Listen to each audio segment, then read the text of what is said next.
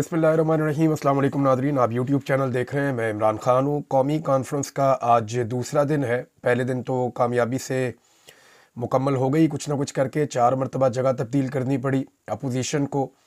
वहाँ बड़ी जानदार तकारीर हुई हैं। मीडिया के लोगों ने बड़ी ज़बरदस्त बातचीत की, जो अपोजिशन के लोग हैं उन्होंने बड़ी ज़बरदस्त बातचीत की, और जो लोग भी पाकिस्तान में आइन की सरबुलंदी चाहते हैं और पाकिस्तान के अंदर जिस किस्म का इस वक्त जबर का, फस्तायत का और जुल्म का एक माहौल बना हुआ है, जो लोग पाकिस्तान में इस वक्त जमहूरियत चाहते हैं, उन्होंने अपना पूरा जोर लगाया है और अपना अपना नुक्ता नज़र सामने रखा है। डायलॉग से रास्ते खुलते हैं, डायलॉग चलता रहना चाहिए। जब आप डायलॉग को रोक देते हैं तो उसके बाद ख़राबी शुरू हो जाती है और वो ख़राबी किसी भी नहज तक जा सकती है। लिहाजा हर मुआशरे के अंदर डायलॉग को वेलकम करना चाहिए। लेकिन यहाँ पे हुकूमत ने इसको ज़बरदस्ती रोकने की कोशिश की और ये काम उल्टा हो गया। यानी जहाँ मरीम नवाज़ ने इतना बहुत सारा पैसा लगा के पंजाब हुकूमत ने इतने बड़े बड़े इश्तिहारात छपवाए, 60 सफ़ात के ऊपर अपनी तशहीर करवाई, सैकड़ों तस्वीरें उसके अंदर लगा दी गई, तो जहाँ उसकी तशहीर होनी थी वो मामला ऊपर जाना था। जहाँ शहबाज शरीफ साहब जो हैं वो आज़रबाईजान गए और उन्होंने दावा किया कि वहाँ से भी वो कोई 2 अरब डॉलर्स की इन्वेस्टमेंट लेकर आ रहे हैं। मज़ीद 2 अरब डॉलर का सरमाया या सरमायाकारी शहबाज शरीफ साहब ने अब दावा कर दिया कि वो आज़रबाईजान से भी लेकर आ रहे हैं। तो बजाय ये खबरें फ्रंट पे आती या सबसे ज़्यादा तवज्जो हासिल करती सोशल मीडिया पे, उल्टा उसका ये असर हुआ कि सोशल मीडिया के ऊपर कौमी कॉन्फ्रेंस ने सारी तवज्जो अपनी तरफ खींच ली। और वो तवज्जो खींचने की जो बड़ी वजह बनी वो हुकूमत की जानिब से और इदारों की जानिब से जो रुकावटें पैदा की गई, उन रुकावटों की वजह से ज़्यादा ये कॉन्फ्रेंस हाईलाइट हुई है। इसको अगर रूटीन के अंदर होने देते तो इतना रोला ही ना पड़ता।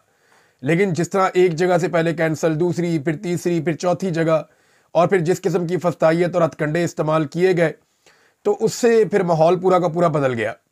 और जो इतनी तशहीरी मुहिम चलाई उसका भी कोई फ़ायदा ना हुआ। शहबाज शरीफ साहब का दौरा भी ज़ाया गया और सबकी तवज्जो कौमी कॉन्फ्रेंस की जानिब थी। अब जो पहले दिन की प्रेस रिलीज आई है कल के दिन में, वो मैं आपको पढ़ के पहले सुना देता हूँ ताकि आपको आइडिया हो जाए कि आज क्या होने जा रहा है। और आज देखें, अभी डिपेंड करता है क्योंकि दिन का आगाज़ है। हो सकता है कि आज कुछ ऐसा किया जाए जो इससे पहले नहीं किया गया था। असूलन तो ये होना चाहिए कि जो लोग बात करना चाहते हैं उन्हें बात करने दी जाए। बलोच बात करेंगे, पश्तून बात करेंगे, सिंधी बात करेंगे, पंजाबी बात करेंगे तो पाकिस्तान बोलेगा ना। तो पाकिस्तान के हर मकतबा फ़िक्र से, हर इलाके से, हर ज़बान बोलने वाले को बोलने का हक मिलना चाहिए। और पाकिस्तान किसी नतीजे पर तभी पहुंचेगा जब सब लोग बैठकर बातचीत करेंगे। एक तो पाकिस्तान में थिंक टैंक ही कोई नहीं है, यानी प्रॉपर थिंक टैंक पाकिस्तान में कोई नहीं है, आप यहाँ से अंदाज़ा कर लें। बल्कि होना तो ये चाहिए कि पाकिस्तान में अब तलबा को इस तरफ तवज्जो देनी चाहिए। मुख्तलिफ शोबों के अंदर जिन लोगों ने PhDs की हैं उन्हें तवज्जो देनी चाहिए कि आहिस्ता आहिस्ता मुख्तलिफ साइंटिफिक बुनियादों के ऊपर थिंक टैंक्स बनाना शुरू करें, रिसर्च सेंटर्स बनना शुरू हो, ताकि पाकिस्तान आगे बढ़े और दुनिया के बाकी मुल्कों की तरह हम अपने मसाइल का खुद एनालिसिस करना सीखें। पहले प्रेस रिलीज आप देख लें। पाकिस्तान की तमाम हिज़्ब इख्तिलाफ की जमातों की कौमी कॉन्फ्रेंस आज इस्लामाबाद में शुरू हुई।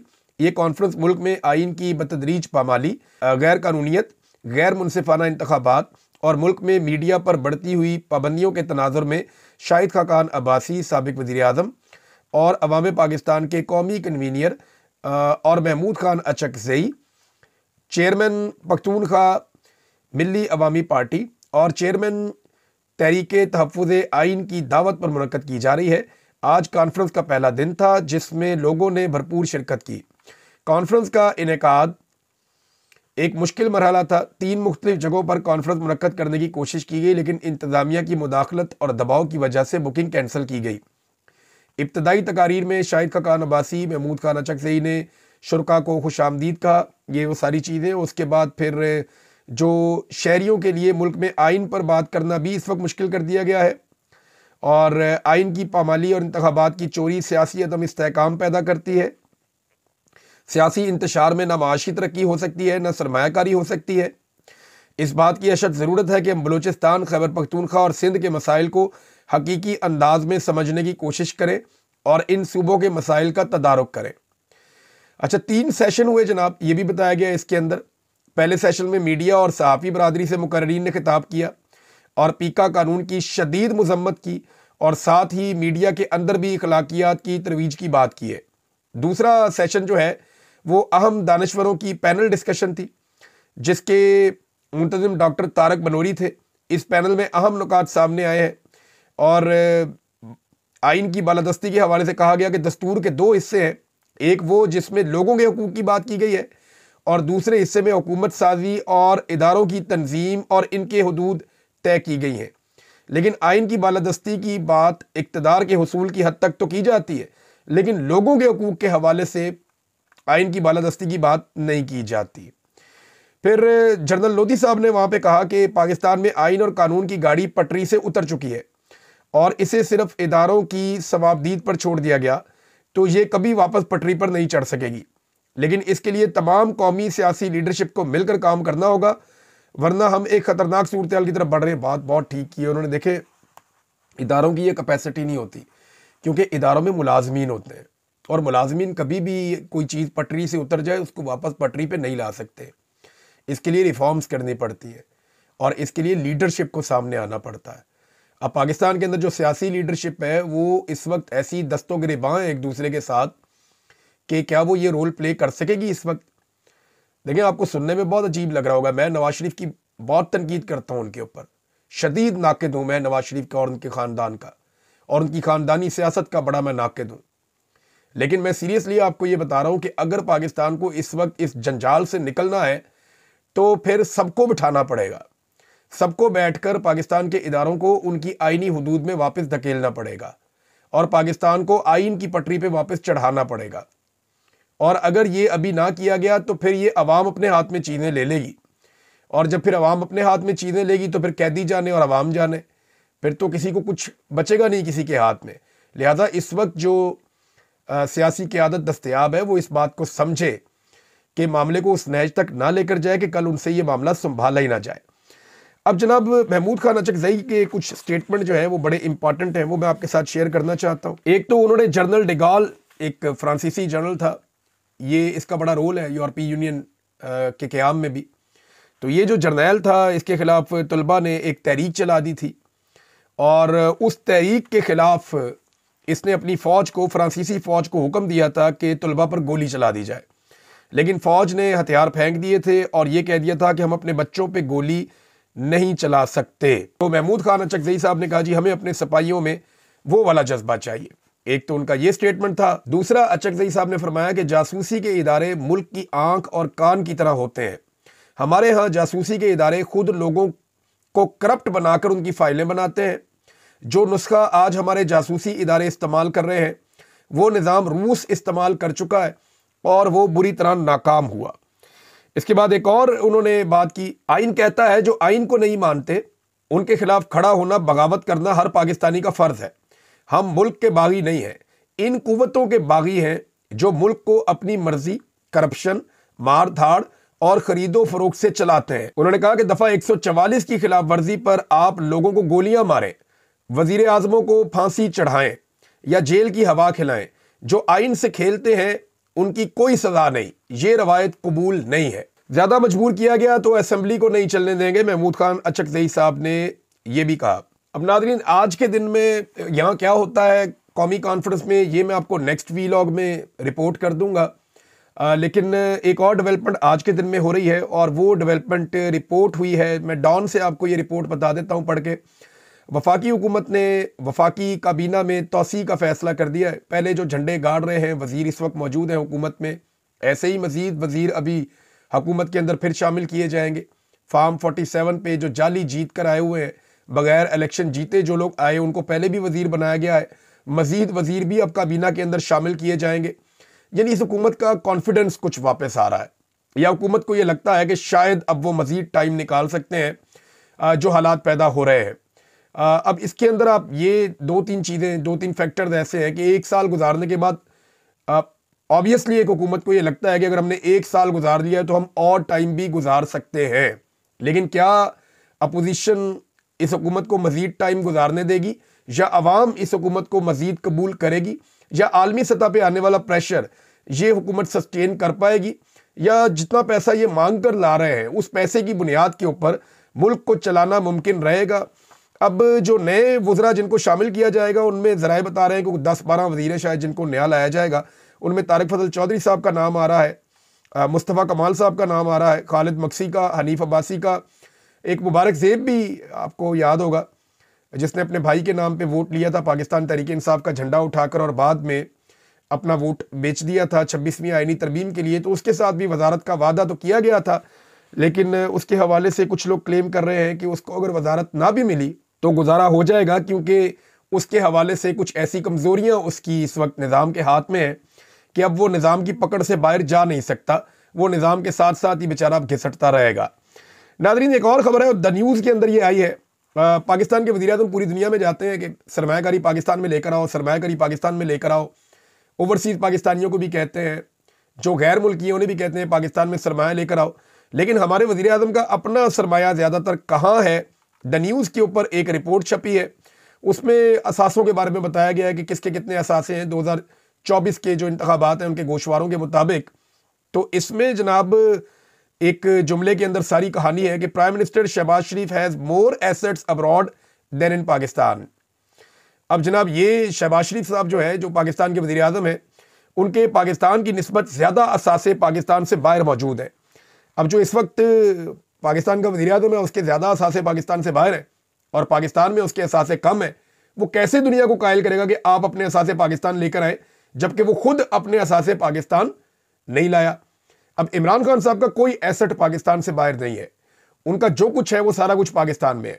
बेशुमार पाकिस्तानियों का ऐसा ही है। ये पहली मरतबा ऐसा हो रहा है कि पाकिस्तानी बहुत बड़ी तादाद में अपनी प्रॉपर्टीज, अपनी चीज़ें, अपनी मिलें, फैक्ट्रियां बेचकर पाकिस्तान छोड़ कर जा रहे हैं। ये ट्रेंड बड़ा खतरनाक है, इसे रोकना पड़ेगा। देखें, हुकूमतें तब्दील होती रहती है। आज हुकूमत PMLN की है, कल किसी और जमात की हुकूमत आ सकती है, परसों इमरान खान साहब की वापस हुकूमत आ सकती है। ये चीज़ें तब्दील हो जाती हैं। लेकिन जिस तरह लोग पाकिस्तान छोड़ कर जा रहे हैं, इस पे पाकिस्तान के तमाम इदारों को, स्पेशली पाकिस्तान की एस्टेब्लिशमेंट को तवज्जो देनी चाहिए कि उनकी गलत पॉलिसियों की वजह से पाकिस्तान बहुत पीछे चला जाएगा, और जितना पीछे चला जाएगा वापस आना हमारे लिए उतना ही मुश्किल होता चला जाएगा। नाज़रीन, वैसे तो पाकिस्तान की तमाम सूबाई हुकूमतों का 1 साल मुकम्मल हुआ है और मुराद अली शाह के अलावा बाकी सारे वज़ीर आला जो है वो नए हैं, यानी पहली मरतबा वज़ीर आला बने हैं। लेकिन जो पंजाब हुकूमत ने पागलपन दिखाया इश्तिहारबाजी के अंदर, ये ऐसा हमने कहीं नहीं देखा। यानी सिंध में भी एक हुकूमत है, खैबर पख्तूनख्वा में और बलूचिस्तान के दोनों वज़ीर आला बिल्कुल नए वज़ीर आला हैं, लेकिन उन्होंने ऐसी तशहीर बिल्कुल नहीं की, इस तरह अवामी पैसा ज़ाया नहीं किया। ख़ासतौर पर खैबर पख्तूनख्वा की हुकूमत ने तो सोशल मीडिया को इस्तेमाल किया, उनका वैसे ही सोशल मीडिया तगड़ा है।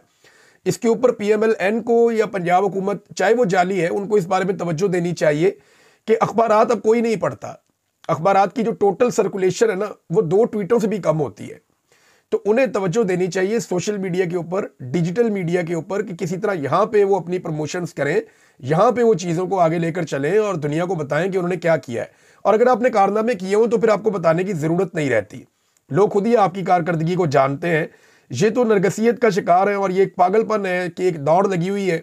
अब ये जिस किस्म के इश्तिहारात छपे हैं, मेरे ख्याल में अगर गिनीज बुक का वर्ल्ड रिकॉर्ड को दें तो शायद वो इनका नाम वर्ल्ड रिकॉर्ड में डाल दें कि जनाब आपने ये एक अजीबोगरीब कारनामा कर दिया है जो इससे पहले कभी किसी ने नहीं किया था। मैं आपके सामने, एक जैगम खान साहब हैं, जर्नलिस्ट हैं, और उन्होंने बड़ी ज़बरदस्त बात की है। वो जब मैं आपके सामने रखूंगा ना, उन्होंने दरिया को कूजे में बंद कर दिया। जैगम खान साहब का फरमाना है कि पीपल्स पार्टी और मुस्लिम लीग नून जो है वो 20वीं सदी में मुंजमद होकर रह गए हैं।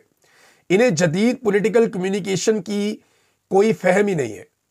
यानी ये छोटी सी बात करके उन्होंने क्लियर कर दिया कि इन्हें पता ही नहीं है कि कम्युनिकेशन का तरीकाकार तब्दील हो चुका है। अब अगर आपने लोगों से राब्ता करना है तो वो खत लिखने वाला दौर चला गया है। देखिए, मैं आपसे एक सादा सवाल करता हूं ना, कि आपने अपने किसी रिश्तेदार से राब्ता करना है तो आप क्या करेंगे? आप जाएंगे, जाके कागज़ लेकर आएंगे, बैठ के सोच के खत लिखेंगे। खत लिखने के बाद उसको एक लिफाफे में डालेंगे, फिर उसके ऊपर जाके टिकट लगाएंगे, फिर डाक खाने के अंदर जाके उसको पोस्ट कर देंगे, फिर आप इंतज़ार करेंगे उसको कब पहुंचता है, फिर जब वो वहां पड़ेगा और वापस। क्या आप ये करेंगे? आजकल के दौर में आप ये नहीं करेंगे। क्या आप ये करेंगे कि आप जाएंगे और जाके जो डायल करने वाला फ़ोन है उसको उठाएंगे, वहां से कान पे लगाएंगे, वहां से दूसरे लैंडलाइन के ऊपर कॉल करेंगे और वहां से कहेंगे जी फलां को बुला के लाओ, मैंने उसके साथ बात करनी है? आप ये भी नहीं करेंगे, क्योंकि ये दौर है बहुत फास्ट। आप अपना स्मार्टफोन उठाएंगे, उठा के जनाब आप 1 सेकंड के अंदर उसके अंदर आप व्हाट्सएप खोलेंगे या कोई और एप्लीकेशन आप खोलेंगे, या आप डायरेक्ट कॉल करना चाहेंगे तो आप डायरेक्ट कॉल करेंगे। पूरी दुनिया कनेक्टिविटी है, आप एक लम्हे के अंदर वहां पे कनेक्ट हो जाएंगे जिसके साथ आप बात करना चाहते हैं। तो दुनिया तो इतनी तेज हो गई है। तो जब कम्युनिकेशन के जराए बहुत तेज हो चुके हैं तो फिर ये बात पॉलिटिकल पार्टियों को भी समझनी चाहिए कि अखबारात में इश्तिहारबाजी वाला दौर खत्म हो गया। पूरी दुनिया में अब ऐसा नहीं होता। दुनिया के अंदर अखबारात बंद हो रहे हैं और हमारी हुकूमतें जो हैं वो अखबारात को पाल रही हैं गैर जरूरी तौर पे। अब सबको जिद्दत की तरफ जाना पड़ेगा। हमारे जो अखबारात के सहाफ़ी हैं उनको भी जिद्दत की तरफ जाना पड़ेगा। हमारे जो डिजिटल मीडिया के सहाफ़ी हैं उनको बाकियों को साथ लेकर चलना पड़ेगा। इसको मजीद वसी करना पड़ेगा। जहां पे रोजगार के कुछ मौके खत्म होते हैं जिद्दत के साथ, वहां पे बहुत सारे मौके पैदा भी हो जाते हैं। हमें दुनिया के साथ चलना पड़ेगा। हम माजी में अपने आप को रोक नहीं सकते। तो जैगम खान साहब ने जो है वो इसकी जानिब निशानदेही की है। अगर किसी को समझ आ जाए तो यही बात है समझने वाली, वरना ये पीछे रह जाएंगे और अगले इलेक्शन में भी इनकी तैयारी नहीं होगी। नादरीन, फैसल चौधरी साहब ने एक दावा किया है और उन्होंने कहा कि इमरान खान को 3 मरतबा डील ऑफर हो चुकी है जब से वो जेल में मौजूद है, लेकिन इमरान खान ने दो टोक जवाब दिया है कि मेरा जीना मरना पाकिस्तान में है, मैं किसी सूरत डील नहीं करूंगा। ये बार बार ये चीज़ रिपोर्ट हो चुकी है और इमरान खान साहब अपने मुंह से भी कह चुके हैं। जो जर्नलिस्ट आते हैं वो भी ये रिपोर्ट करते हैं कि इमरान खान साहब किसी डील के मूड में नजर नहीं आते। अब देखें, इमरान खान साहब डील कर नहीं रहे, एस्टेब्लिशमेंट की मर्जी की डील हो नहीं रही, सियासतदान इमरान खान साहब से डरे हुए हैं, तो मामला एक ऐसी अजीबोगरीब जगह जाकर फंस गया है जहां से किसी को समझ नहीं आ रही कि निकलना कैसे है। और जितना वक्त इमरान खान साहब जेल में गुजारते चले जा रहे हैं उनका सियासी कद बढ़ता चला जा रहा है, जबकि दूसरी जानिब जो एस्टेब्लिशमेंट के वफादार हैं फैसल वाडा साहब, ये एस्टेब्लिशमेंट के बहुत करीब समझे जाते हैं। आप सब इस बात को जानते ही हैं। तो फैसल वाडा साहब ने अब एक दावा किया कि जनाब स्ट्रीट पावर खत्म हो गई पाकिस्तान तहरीक इंसाफ की और इनकी मकबूलियत बहुत नीचे आ गई है। लेकिन मुझे ऐसा लगता नहीं अभी, क्योंकि देखिए हमारे पास ग्राउंड रिपोर्ट्स मौजूद होती है। इमरान खान की स्ट्रीट पावर खत्म होने के 2-3 ही तरीके हैं। या तो इमरान खान साहब गैर मकबूल होना शुरू हो जाए, एक तो तरीका ये है। अब एक आदमी जेल में है, वो अचानक से कैसे गैर मकबूल हो सकता है, ये कोई लॉजिकल बात नहीं है। या इमरान खान साहब के जो सियासी मुखालिफिन हैं वो अचानक से बहुत ज़्यादा मकबूल होना शुरू हो जाए, तो उसका भी कोई बंदोबस्त नज़र नहीं आ रहा। और इसका आसान जो लिटमस टेस्ट है वो आप ये देख लें कि पाकिस्तान की जो इस्टेब्लिशमेंट है उनकी मकबूलियत नहीं है, लोग उनसे बहुत खाइफ हैं। मैं एक नगमे की मिसाल मैंने आपको पिछले एक वीलॉग में दी थी।